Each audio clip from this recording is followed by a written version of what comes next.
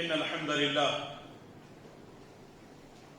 نحمده ونستعينه ونستغفره ونعوذ بالله من شرور أنفسنا ومن سيئات أعمالنا من يهده الله فلا مضل له ومن يضلله فلا هادي له وأشهد أن لا إله إلا الله وحده لا شريك له وأشهد أن محمدا عبده ورسوله أما بعد فإن خير الحديث كتاب الله وخير الهدي هدي محمد صلى الله عليه وسلم وشر الأمور محدثاتها وكل محدثة بدعة وكل بدعة ضلالة وكل ضلالة في النار فأعوذ بالله السميع العليم من الشيطان الرجيم من همزه ونفخه ونفثه يا أيها الذين آمنوا اتقوا الله حق تقاته ولا تموتن إلا وأنتم مسلمون يا أيها الناس اتقوا ربكم الذي خلقكم من نفس واحدة وخلق منها زوجها وبث منهما رجالا كثيرا ونساء واتقوا الله الذي تساءلون به والأرحام إن الله كان عليكم رقيبا يا أيها الذين آمنوا اتقوا الله وقولوا قولا سديدا يصلح لكم أعمالكم ويغفر لكم ذنوبكم ومن يطع الله ورسوله فقد فاز فوزا عظيما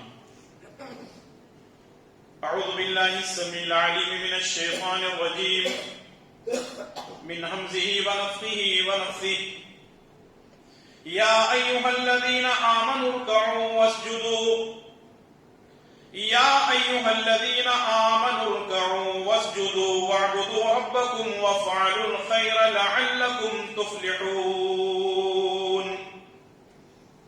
رب اشرح لي صدري ويسر لي أمري واحلل عقدة من لساني يفقهوا قولي اللهم انفعني بما علمتني وعلمني ما ينفعني وزدني علما رب يسر ولا تعسر وتمم بالخير آمین یا رب العالمین۔ تعریفوں کے لائق اللہ ہی کی ذات ہے جو ساری کائنات کا خالق مالک اور مدبر ہے۔ سبحان اللہ و بحمدہ سبحان اللہ العظیم۔ درود و سلام ہو تمام انبیاء علیہ السلام پر، خصوصاً میرے اور آپ کے پیارے نبی امام الانبیاء والمرسلین امام اعظم مرشد اعظم جناب محمد الرسول اللہ صلی اللہ تعالی علیہ وسلم پر۔ اللہم صلی علی محمد وعلی آل محمد كما صليت على إبراهيم وعلى آل إبراهيم إنك حميد مجيد اللهم بارك على محمد وعلى آل محمد كما باركت على إبراهيم وعلى آل إبراهيم إنك حميد مجيد۔ عزیزان گرامی قدر، بزرگوں، نوجوان ساتھیوں، پردہ نشین خواتین اسلام، مائیں و بہنیں، آج کے خطبہ جمعہ میں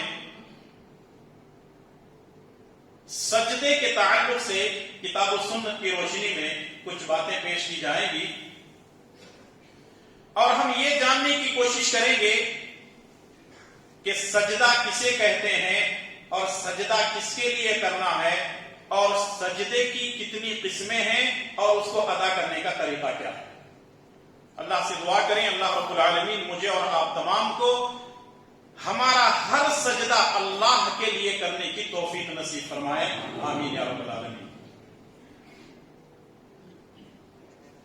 ویسے تو قرآن کریم کے اندر اللہ تبارک و تعالی نے مختلف مقامات پر سجدہ کرنے کی تاکید فرمائی ہے، اور دنیا کے اندر جتنے مذاہب کو ماننے والے ہیں، چاہے وہ یہودی ہوں، چاہے وہ عیسائی ہوں، چاہے وہ بدھ مت ہوں، چاہے وہ ہندو ہوں، چاہے وہ سکھ ہوں، جتنے مذاہب کو ماننے والے ہیں، ہر مذہب کو ماننے والا سجدے کو جانتا ہے اور سجدے کو مانتا ہے اور سجدہ کرتا بھی ہے، کیونکہ عاجزی اور انکساری کی یہ آخری حد ہے کہ آدمی اپنے رب کے لیے یا اللہ کے لیے غیر اللہ کے لیے سجدہ کرتا ہے۔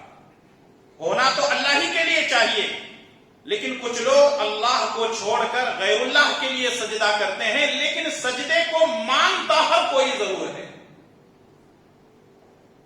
لیکن اللہ تعالیٰ نے کلام مجید کے ذریعے سے اور پیارے نبی جناب محمد رسول اللہ صلی اللہ علیہ وسلم نے اپنے ارشادات مبارکہ کے ذریعے سے ہم کو یہی تعلیم دی ہے کہ ہمارا ہر سجدہ اللہ کے لیے ہونا چاہیے. اللہ تبارک و تعالی نے سورہ حج کی آیت نمبر 77 میں ارشاد فرمایا، یا ایھا الذین آمنوا، اے ایمان والو، ارکعوا، رکوع کرو، واسجدوا، اور سجدے کرو، واعبدوا ربکم، اور اپنے رب کی عبادت کرو، وافعلوا الخیر، خیر کے کام، بھلائی کے کام کیا کرتے رہو، لعلکم تفلحون، شاید کہ تم کامیاب ہو جاؤ. اس آیت کریمہ میں اللہ تعالی نے مومنوں سے خطاب کرتے ہوئے فرمایا کہ تمہارا رکوع، تمہارا سجدہ اور تمہاری عبادتیں اور تمہارے خیر کے کام اللہ کے لیے ہونے چاہیے، تب جا کر تمہیں کامیابی نصیب ہو سکتی ہے. اور دوسری جگہ اللہ تعالی نے پیارے نبی جناب محمد رسول اللہ صلی اللہ علیہ وسلم سے کہا کہ آپ بھی اپنے رب کے لیے سجدہ کیجئے. سورہ حجر آیت نمبر 98 میں اللہ تعالیٰ نے فرمایا، فَسَبِّحْ بِحَمْدِ رَبِّكَ وَكُن مِّنَ السَّاجِدِينَ، اپنے رب کی تسبیح بیان کیجئے اور اپنے رب کے لیے سجدے کرتے رہیے. وَكُن مِّنَ السَّاجِدِينَ، اپنے آپ کو سجدہ کرنے والا بنا دیجئے، جبکہ اللہ کے پیارے نبی جناب محمد رسول اللہ صلی اللہ علیہ وسلم ہمیشہ اللہ کی حمد و ثنا، تسبیح و تہلیل بیان کرتے اور سجدے بھی کرتے، لیکن پھر بھی اللہ تعالیٰ نے نبی سے کہا کہ آپ اپنے رب کے لیے سجدے کرتے رہیے. ایک تیسرا مقام وہ یہ ہے کہ اس کائنات کے اندر، اس یونیورسل کے اندر، اس دنیا کے اندر جتنی ساری چیزیں ہیں، یہ تمام چیزیں اللہ تبارک و تعالیٰ کے لیے سجدہ کرتی ہیں. قرآن کریم سورہ نحل آیت نمبر 49 کے اندر اللہ تعالیٰ نے ارشاد فرمایا، وَلِلَّهِ يَسْجُدُ مَا فِي السَّمَاوَاتِ وَمَا فِي الْأَرْضِ وَلِلَّهِ يَسْجُدُ مَا فِي السَّمَاوَاتِ وَمَا فِي الْأَرْضِ مِن دَابَّةٍ وَالْمَلَائِكَةُ وَهُمْ لَا يَسْتَكْبِرُونَ. زمین اور آسمان میں جتنے جاندار ہیں وہ اللہ کے لیے سجدہ کرتے ہیں. زمین اور آسمان میں جتنی مخلوقات ہیں، جتنے جاندار ہیں، وہ اللہ کے لیے مخلوقات کرتے ہیں، اللہ تعالیٰ کے لیے سجدے کرتے ہیں. وَهُمْ لَا يَسْتَكْبِرُونَ، اور وہ سجدہ کرنے میں ان کو ذرا برابر گھمنڈ نہیں ہے، تکبر نہیں ہے، بلکہ وہ اپنا ہر سجدہ اللہ کے لیے کرتے ہیں. ایک حکم اللہ تعالیٰ نے مومنوں کو دیا کہ آپ سجدے کرو، دوسرا حکم اللہ نے نبی سے کہا کہ آپ بھی سجدے کرتے رہا کرو، اور تیسرے اللہ تعالیٰ نے ہم کو اطلاع دی، ہمیں خبر دی کہ کائنات کی ہر جاندار اور کائنات کا ہر ذرہ، کائنات کی ہر مخلوق اللہ تبارک و تعالیٰ کے لیے سجدے کرتے ہیں.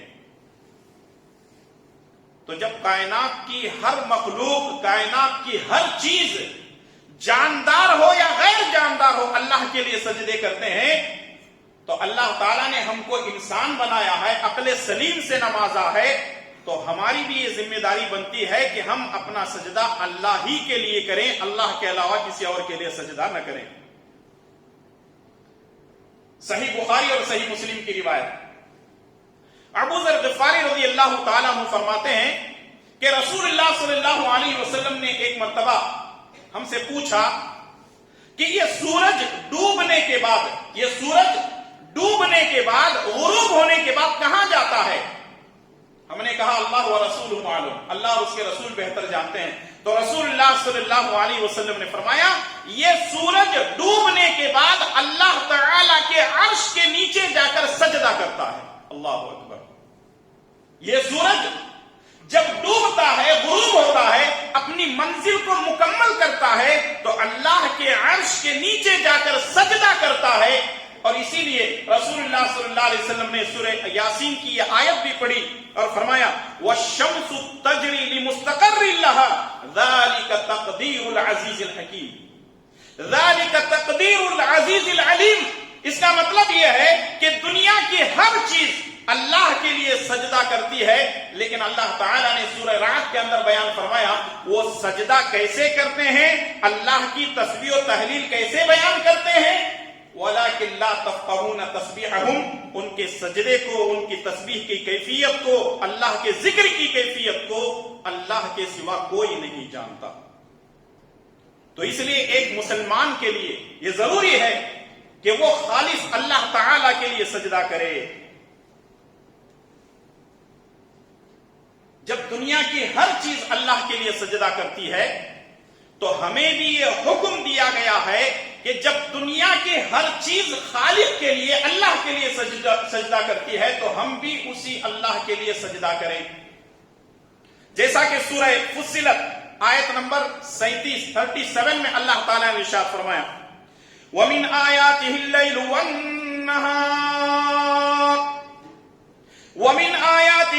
وَالنَّهَارُ وَالشَّمْسُ وَالْقَمَرُ لَا تَسْجُدُوا لِلشَّمْسِ وَلَا لِلْقَمَرِ وَاسْجُدُوا لِلَّهِ الَّذِي خَلَقَهُنَّ إِن كُنتُمْ إِيَّاهُ تَعْبُدُونَ۔ کتنی پیاری بات اللہ تعالیٰ نے کہی ہے، وَمِنْ آيَاتِهِ اللَّيْلُ وَالنَّهَارُ وَالشَّمْسُ وَالْقَمَرُ، اللہ تعالیٰ کی نشانیوں میں سے دن اور رات، سورج اور چاند ہیں۔ یعنی یہ سورج اور چاند، سورج کے آنے کے بعد چاند غائب ہو جاتا ہے، اور جب چاند نکلتا ہے تو سورج خود بخود غروب ہونے کے بعد نکلتا ہے۔ یہ دن اور رات کا جو نظام ہے، یہ سسٹم چل رہا ہے، یہ سارا کا سارا اللہ تبارک و تعالیٰ کی طرف سے ہے، یہ اللہ تعالیٰ کی نشانیاں ہیں۔ لا تسجدوا للشمس ولا للقمر، لا تسجدوا للشمس ولا للقمر، نہ سورج کے لیے سجدہ کرو اور نہ چاند کے لیے سجدہ کرو۔ وَاسْجُدُوا لِلَّهِ الَّذِي خَلَقَهُنَّ إِن كُنتُمْ إِيَّاهُ تَعْبُدُونَ، اگر تم کو سجدہ کرنا ہی ہے، اگر تم کو عبادت کرنی ہی ہے، اس کے لیے سجدہ کرو جس نے ان تمام چیزوں کو پیدا کیا، جس نے زمین آسمان کو، سورج چاند ستاروں کو اور کل کائنات کو پیدا کیا ہے، اس کے لیے ہمارا سجدہ ہونا چاہیے۔ آپ لوگوں نے دیکھا ہوگا ہمارے غیر مسلم بھائی صبح جب پوجا کرتے ہیں تو وہ سوریہ نمسکار کرتے ہیں۔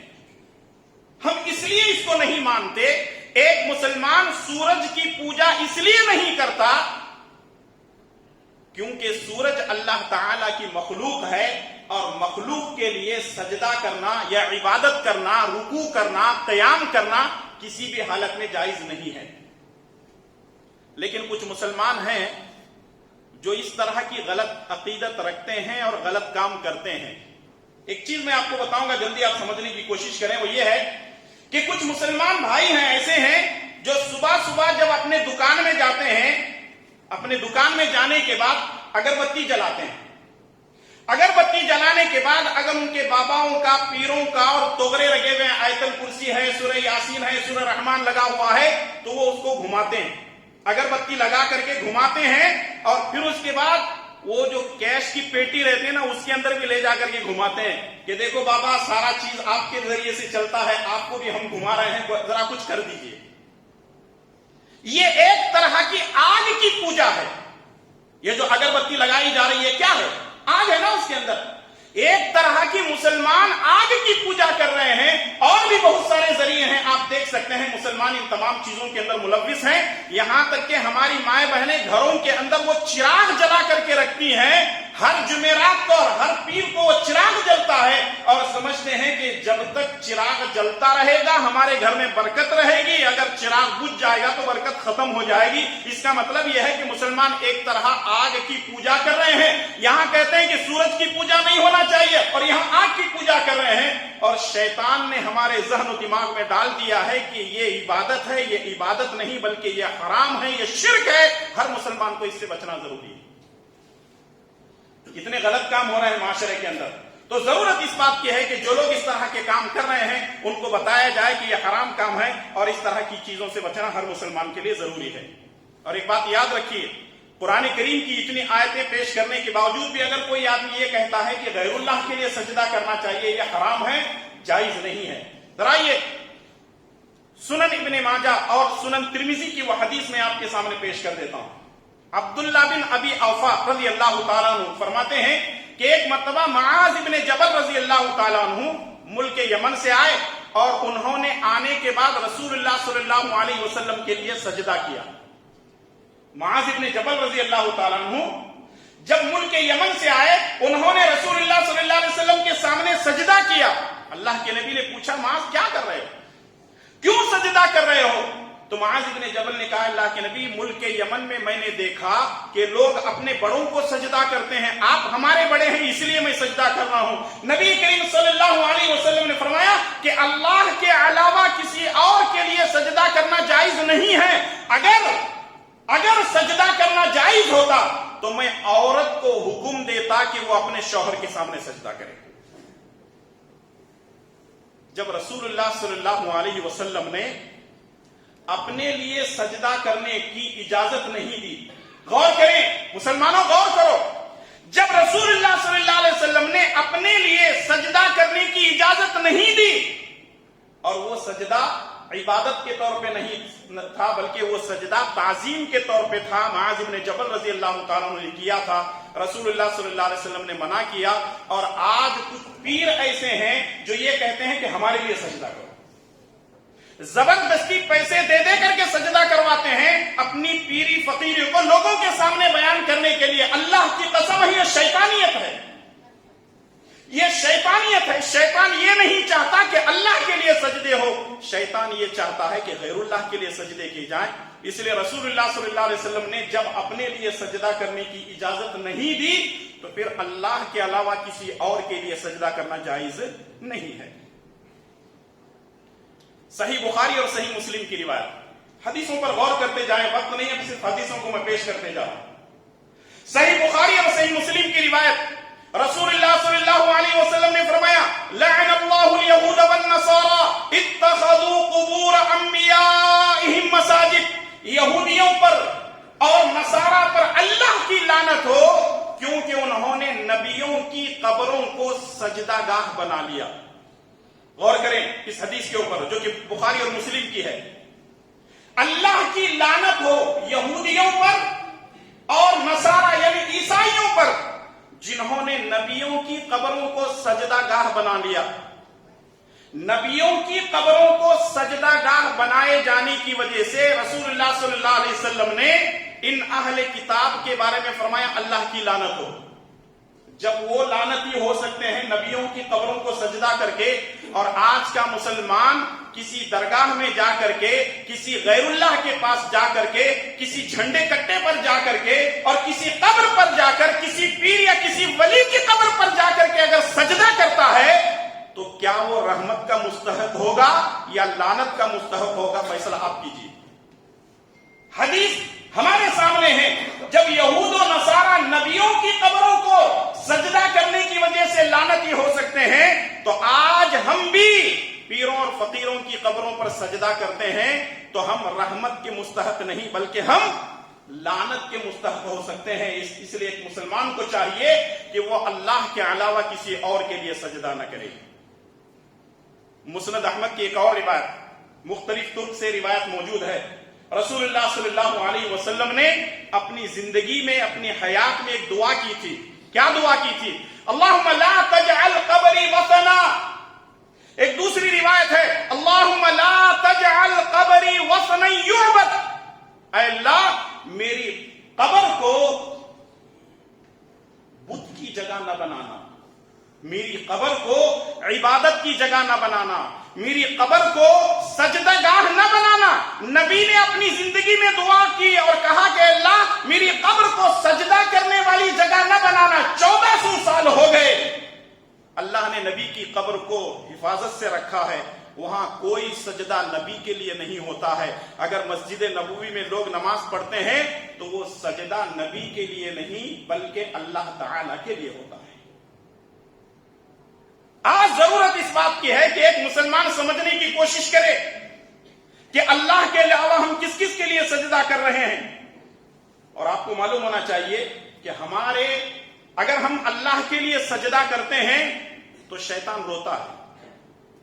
اگر ہم اللہ کے لیے سجدہ کرتے ہیں تو شیطان روتا ہے. اور اگر غیر اللہ کے لیے سجدہ کرتے ہیں تو شیطان خوش ہو جاتا ہے، کیونکہ اس کو معلوم ہے کہ یہ میرے نقش قدم پہ چل رہا ہے، میرے طریقے پہ چل رہا ہے، تو شیطان ابلیس خوش ہو جاتا ہے. لیکن اگر اللہ کے لیے کرتے ہیں تو شیطان روتا ہے. اس کی دلیل صحیح مسلم کی روایت ہے، بلکہ یہ سنن ابو داؤد اور سنن ترمذی کی روایت ہے. اللہ کے پیارے نبی جناب محمد رسول اللہ صلی اللہ علیہ وسلم فرماتے ہیں اذا سجد ابن آدم السجدہ، جب ابن آدم سجدہ کرتا ہے تو شیطان کہتا ہے ہائے افسوس ہے میرے لیے، ہائے بربادی ہے میرے لیے. ابن آدم کو سجدہ کرنے کے لیے کہا گیا، اس نے سجدہ کیا، اس کے لیے جنت ہے، اور مجھ سے سجدہ کرنے کے لیے کہا گیا، میں نے انکار کیا، میرے لیے جہنم ہے. اس کا مطلب ابلیس خود جانتا ہے، شیطان خود جانتا ہے کہ ہم نے خود سجدے کا انکار کیا ہے، جس کی وجہ سے ہم جہنم میں جائیں گے. اور جو بھی سجدے کا انکار کرتا ہے اور سجدہ نہیں کرتا، ایسا شخص پھر اپنی خیر منائے، وہ جنت میں نہیں جا سکتا، اس کے لیے جہنم کے فیصلے ہو سکتے ہیں. اللہ کے پیارے نبی جناب محمد رسول اللہ صلی اللہ علیہ وسلم نے زندگی کے ہر موڑ پر ہم کو سجدہ کرنے کی تاکید کی ہے. صحیح مسلم کی ایک اور روایت، اللہ کے نبی صلی اللہ علیہ وسلم نے فرمایا اقرب ما يكون العبد من ربه وهو ساجد فاكثر الدعاء. بندہ سجدے کی حالت میں اپنے رب کی رحمت کے نہایت قریب ہوتا ہے. آپ نے فرمایا زیادہ سے زیادہ سجدے کیا کرو، زیادہ سے زیادہ دعائیں مانگا کرو.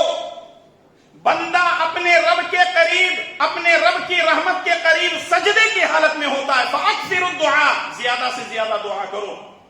اگر کوئی آدمی یہ کہتا ہے کہ مجھے فلاں پریشانی ہے، میری بیوی بیمار ہے، میرے بچے بیمار ہیں، میرے ماں باپ بیمار ہیں، کاروبار میں جو ہے ترقی نہیں ہو رہی ہے، ہر جگہ مسائل اور مشکلیں ہیں، میرے بھائی اور دوستو سجدے میں جاؤ، خوب رو رو کر کے دعائیں کرو. رب ذوالجلال والاکرام نہ سنے تو پھر کہنا. ہم انسانوں کے سامنے تو جا کر ہاتھ پھیلاتے ہیں اور شرم بھی نہیں آتی، لیکن رب کے سامنے جا کر کے اپنی جھولی کو نہیں پھیلاتے، اور وہاں شرم کرنے کی ضرورت ہی نہیں، کیونکہ وہ ہمارا رب ہے. اس لیے رب کو منانے کی کوشش کیجیے. اگر ہم سجدے کرتے رہیں گے تو کامیاب رہیں گے. اب بہت سارے مسلمان ایسے ہیں جو اللہ کے لیے تو سجدے نہیں کرتے ہیں، غیر اللہ کے لیے سجدے کرتے ہیں، اور یہ سمجھتے ہیں کہ ادھر ہم مر جائیں گے تو سیدھے جنت میں جائیں گے. ایسی بات نہیں ہے. ذرا یہ میں ایک کیلکولیشن آپ کو کر کے بتاتا ہوں. پہلی بات تو یہ ہے کہ دن اور رات میں 5 وقت کی نمازیں فرض ہیں. دن اور رات میں 5 وقت کی نمازیں فرض ہیں. 5 وقت کی جو نمازیں ہیں، ان 5 وقتہ نمازوں میں 17 رکعتیں ہیں. کتنی رکعتیں ہیں؟ 17 رکعتیں ہیں. ان ہر رکعت میں 2 سجدے ہیں. اگر ہم 17 کو ضرب دیتے ہیں 2 سے، تو دن اور رات میں ہمارے سجدے ہوتے ہیں 34. 17 into 2، اگر ہم اس کو از اکول ٹو کرتے ہیں تو 34 سجدے ہمارے ہوتے ہیں. اگر ہم ان سجدوں کو، جو کہ ہر رکعت میں 2 سجدے بنتے ہیں، 24 گھنٹے میں 34 سجدے آدمی جو ہے اللہ تعالیٰ کے لیے اگر کرتا ہے، اگر ہم 1 مہینے کا اس کا کیلکولیشن کریں گے تو یہ بنتے ہیں 34 into 30، 1020، 1020 سجدے اگر ہم 1 مہینے میں مکمل نمازوں کی پابندی کرتے ہیں. یہاں سے تھوڑا سا سنت کو بھی ہٹا دیجئے، نفل کو بھی ہٹا دیجئے، وتر کو بھی ہٹا دیجئے، دوسری نمازوں کو بھی ہٹا دیجئے. یہ صرف کیلکولیشن چل رہا ہے فرض نمازوں کا. 1 مہینے میں 1020 سجدے. اور اگر 1 سال کا اگر کوئی آدمی جو ہے 5 وقتہ نمازوں کی پابندی کرتا ہے، بلا ناغہ 5 وقت کی نمازیں پڑھتا ہے، تو اس کا مطلب یہ ہے 365 دنوں کے اندر، 365 ڈیز کے اندر اس کے سجدے ہوتے ہیں 12,410 سجدے. اللہ اکبر. کتنے خوش نصیب ہیں وہ لوگ جو 1 سال بھر کوئی نماز نہیں چھوڑتے ہیں، لیکن فرض نمازوں کی پابندی کے ساتھ دوسرے اگر کرتے ہیں تو اس کا کیلکولیشن الگ ہے. 12,410 سجدے ہیں. اور اگر ہم زندگی کے سجدے کا کیلکولیشن کریں گے تو کتنے ہوں گے؟ ہماری عمر کتنی ہے؟ 60 یا 70 کے درمیان. رسول اللہ صلی اللہ علیہ وسلم نے فرمایا اعمار امتی ما بین 60 الی 70. میری امت کی عمریں 60 سے 70 سال کے درمیان ہیں. چلیے ہم 60 کو ہی لے لیتے ہیں. بہت کم 70 کو، اس سے آگے جا رہے ہیں کیونکہ بہت ساری بیماریوں کی وجہ سے لوگ مر رہے ہیں. اگر ہم 60 کو ہی لے لیتے ہیں، اس میں سے 10 سال بچپن کے نکال دیں، بچے کتنے؟ 50 سال۔ 50 سال اگر کوئی آدمی 5 وقتہ نمازوں کی پابندی کرتا ہے تو وہ اپنی زندگی میں 6,20,500 سجدے کرتا ہے۔ 6,20,500 سجدے کرتا ہے۔ میرے بھائی اور دوستو، اگر ایک سجدے سے بھی اللہ تعالیٰ راضی ہو گئے، جنت ہماری ہے۔ پورے سجدے قبول نہ کرے بلکہ ایک سجدہ اللہ تعالیٰ اگر قبول کر لے تو جنت ہماری ہے۔ اسی لیے ابن قیم رحمۃ اللہ علیہ فرماتے ہیں، اگر مجھے پتا چل جائے کہ اللہ نے میرا ایک سجدہ قبول کر لیا ہے، میں تو عبادت کرنا چھوڑ دوں گا۔ لیکن کس کو پتا کس کے سجدے قبول ہو رہے ہیں، کس کے نہیں ہو رہے ہیں۔ عبادت کرتے رہیے، سجدے کرتے رہیے، نمازوں کی پابندی کرتے رہیے، اور اللہ کے لیے خالص سجدے کیجئے، غیر اللہ کے لیے نہ کیجئے، تب جا کر کے ہم دنیا اور آخرت میں کامیاب ہو سکتے ہیں۔ اللہ تعالیٰ مجھے اور آپ تمام کو اور ہر مسلمان کو اپنا ہر سجدہ اللہ کے لیے خالص کرنے کی توفیق عطا فرمائے۔ آمین صلی اللہ علی نبینا محمد وعلی آلہ وصحبہ اجمعین۔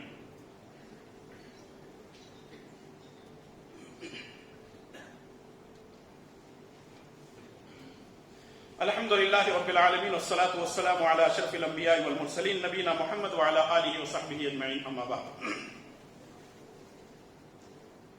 سجدے کے تعلق سے بات چل رہی ہے تو یہ بات میں آپ کو بتا دوں، سجدہ 4 طرح کا ہوتا ہے، اس کی 4 شکلیں ہیں۔ سجدے کی 4 شکلیں ہیں۔ نمبر 1 سجدہ نماز، یعنی نماز میں جو ہم لوگ سجدہ کرتے ہیں۔ نمبر 2 سجدہ تلاوت، جو تلاوت کا سجدہ کیا جاتا ہے قرآن کی تلاوت کے وقت میں۔ اور نمبر 3 سجدہ سہو، اور نمبر 4 سجدہ شکر۔ سجدہ نماز یعنی نماز کا جو سجدہ ہے وہ تو ہم اچھی طرح جانتے ہیں، ہر رکعت میں 2 سجدے ہیں۔ سجدہ تلاوت یعنی تلاوت کرتے کرتے جو سجدہ آتا ہے، تقریباً 14 سے 15 سجدے جو قرآن کریم کے اندر موجود ہیں، جب بھی سجدہ تلاوت آئے تو ہم وہاں پر ایک دعا پڑھیں گے، سجد وجہی للذی خلقہ وصورہ وشق سمعہ وبصرہ وبحولہ وقوتہ فتبارک اللہ احسن الخالقین۔ یہ دعا ہم سجدہ تلاوت میں جو ہے پڑھیں گے۔ اگر امام پڑھ رہے ہیں تو امام کے ساتھ ہم بھی سجدہ کریں گے، اور اگر ہم الگ سے ہی تلاوت اپنے گھر کے اندر کر رہے ہیں یا دکان و مکان میں بیٹھے ہوئے ہیں تو اسی حالت میں بھی سجدہ تلاوت کریں گے اور دعا پڑھیں گے۔ تیسرا ہے سجدہ سہو۔ سجدہ سہو کس کو کہتے ہیں؟ سجدہ سہو نماز میں کمی ہو جائے یا زیادتی ہو جائے، نماز میں کمی زیادتی ہو جائے، نماز کے اندر بھول ہو جائے تو اسی حالت میں سجدہ سہو کیا جا سکتا ہے، جیسا کہ احادیث کے اندر موجود ہے، آپ تفصیل دیکھ سکتے ہیں۔ چوتھا ہے سجدہ شکر۔ یہاں بہت سارے لوگوں کو ایک غلط فہمی ہے۔ ایک غلط فہمی یہ ہے، ہمارے ہاں یہ بات مشہور ہے کہ سجدے کی 2 رکعت یعنی شکریہ کی 2 رکعت نماز ہے، یہ سراسر غلط ہے۔ ہمارے ہاں یہ بات مشہور ہے کہ شکریہ کی 2 رکعت نماز پڑھنا چاہیے۔ یاد رکھیے، شکریہ کی کوئی نماز نہیں ہے بلکہ شکریہ کا سجدہ ہے۔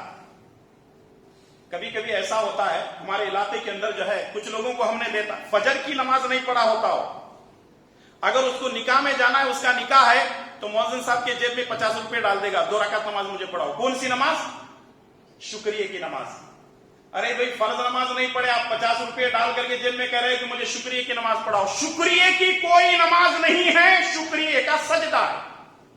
سن لیجئے، شکریہ کی نماز نہیں ہے، شکریہ کا سجدہ ہے، اور وہ بھی کتنے؟ صرف 1۔ شکریہ کا صرف 1 سجدہ ہے، جیسا کہ اللہ کے پیارے نبی جناب محمد رسول اللہ صلی اللہ علیہ وسلم سے ثابت ہے۔ مختلف 2 روایتیں آپ کے سامنے پیش کروں گا۔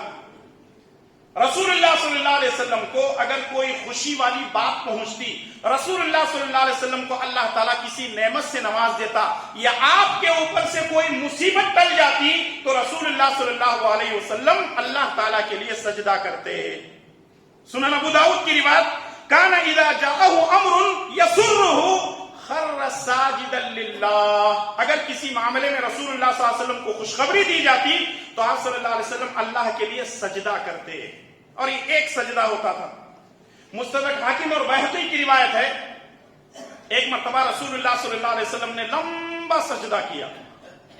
جب سجدے سے آپ نے سر اٹھایا تو رسول اللہ صلی اللہ علیہ وسلم سے صحابہ کرام نے پوچھا، اللہ کے نبی یہ کیا ماجرا ہے؟ آپ نے اتنا لمبا سجدہ کیا. تو رسول اللہ صلی اللہ علیہ وسلم فرماتے ہیں کہ جبرائیل نے مجھے ایک معاملے کے بارے میں خوشخبری دی.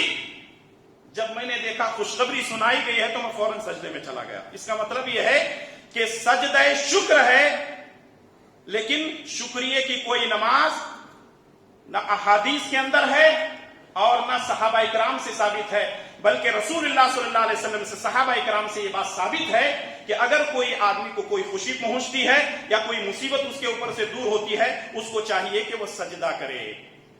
اب سجدہ شکر کس کو کہتے ہیں آسانی سے سمجھنے کے لیے ایک میں مثال دے دیتا ہوں. وہ مثال اس طرح ہے کہ کبھی کبھی ایسا ہوتا ہے کہ اسٹیڈیم میں جب کھلاڑی میچ کھیل رہے ہوتے ہیں، مسلم کھلاڑی جب کوئی ریکارڈ بناتے ہیں تو وہ سجدہ کرتے ہیں. مسلم کھلاڑی اگر وہ کوئی ریکارڈ بناتے ہیں تو سجدہ کرتے ہیں، اور سجدہ کرنے کے لیے وضو کی ضرورت نہیں، قبلے کی ضرورت نہیں، دعا کی ضرورت نہیں، تکبیر کی ضرورت نہیں ہے، بلکہ اپنی ناک اور پیشانی کو، اپنے ہاتھوں، گھٹنوں اور پیروں کو زمین پہ ٹیکے اور کھڑا ہو جائے. مثال کے طور پر آپ کو خوشخبری دے دی گئی کہ آپ کو لڑکا ہوا ہے یا لڑکی ہوئی ہے، اسی وقت سجدے میں چلے جائیے، کھڑے ہو جائیں گے. ہاں، اگر آپ وضو سے ہیں، اگر آپ قبلے کا خیال کرتے ہیں، اگر آپ اللہ اکبر کہتے ہیں اور پھر اس کے بعد کوئی ذکر وغیرہ بھی کرتے ہیں تو کوئی حرج نہیں ہے. شیخ صالح العثیمین رحمہ اللہ نے اس کی اجازت دی ہے، شیخ صالح الفوزان نے بھی اس کی اجازت دی ہے. اگر کوئی آدمی ذکر کر لیتا ہے تو کوئی حرج نہیں ہے، ورنہ صرف سجدہ ہی اس کے لیے کافی ہے. تو معلوم کیا ہوا؟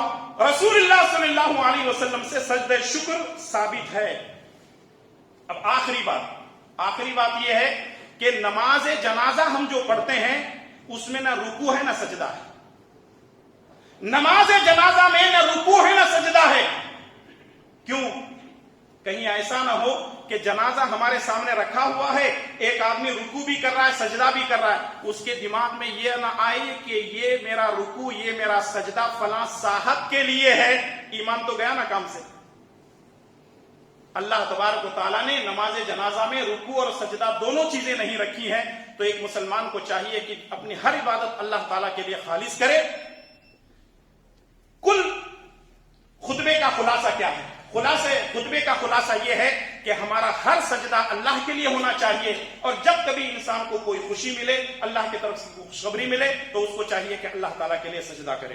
اخیر میں ایک اپیل کرتے ہوئے اپنی بات کو میں ختم کر دیتا ہوں. وہ یہ ہے کہ آپ لوگ اچھی طرح جانتے ہیں کہ مسجد کے تمام اخراجات آپ ہی جیسے اہل خیر حضرات کے ذریعے سے مکمل ہوتے ہیں. آپ دیکھ رہے ہیں کہ ماشاءاللہ بجلی چلی گئی لیکن جنریٹر اسٹارٹ ہو گیا. ذمہ داروں نے یہ آپ کے لیے انتظام کیا ہے کہ آپ بڑے سکون اور اطمینان کے ساتھ رکوع بھی کریں، سجدے بھی کریں، عبادت بھی کریں. الحمدللہ ساری چیزیں ہو رہی ہیں. تو اس لیے گزارش یہ ہے کہ جب آپ جانے لگے تو زیادہ سے زیادہ اللہ کے راہ میں خرچ کریں. اللہ تعالیٰ سے دعا ہے کہ اللہ تعالیٰ آپ کے آنے کو اور آپ کے دینے کو قبول فرمائے. اے اللہ تعالیٰ ہم میں جو بیمار ہیں ان کو شفا کاملہ عاجلہ عطا فرما، جو پریشان حال ہیں ان کی پریشانیوں کو دور فرما. اے اللہ حلال کھانے کی توفیق عطا فرما. اے اللہ حرام سے بچنے کی توفیق عطا فرما. اے اللہ ہم سب کو صراط مستقیم پر زندگی گزارنے کی توفیق عطا فرما. اے اللہ ہمارا قیام، ہمارا رکوع، ہمارا سجدہ خالص تیرے لیے ہونے کی توفیق عطا فرما. آمین یا رب العالمین. ان اللہ وملائکته یصلون علی النبی یا ایھا الذین آمنوا صلوا علیہ وسلموا تسلیما. اللهم صل علی محمد وعلى آل محمد كما صليت على ابراہیم وعلى آل ابراہیم انك حمید مجید. اللهم بارك على محمد وعلى آل محمد كما باركت على ابراہیم وعلى آل ابراہیم انك حمید مجید. اللهم اعز الاسلام والمسلمين، اللهم اعز الاسلام والمسلمين، اللهم اعز الاسلام والمسلمين واذل الشرك والمشركين. ربنا آتنا في الدنيا حسنة وفي الآخرة حسنة وقنا عذاب النار. ربنا ظلمنا انفسنا وان لم تغفر لنا وترحمنا لنكونن من الخاسرين. رب اغفر وارحم وانت خير الراحمين. عباد الله رحمكم الله، ان الله يأمر بالعدل والإحسان وإيتاء ذي القربى وينهى عن الفحشاء والمنكر والبغي يعظكم لعلكم تذكرون. اذكروا الله يذكركم وادعوه يستجب لكم ولذكر الله أكبر والله يعلم ما تصنعون.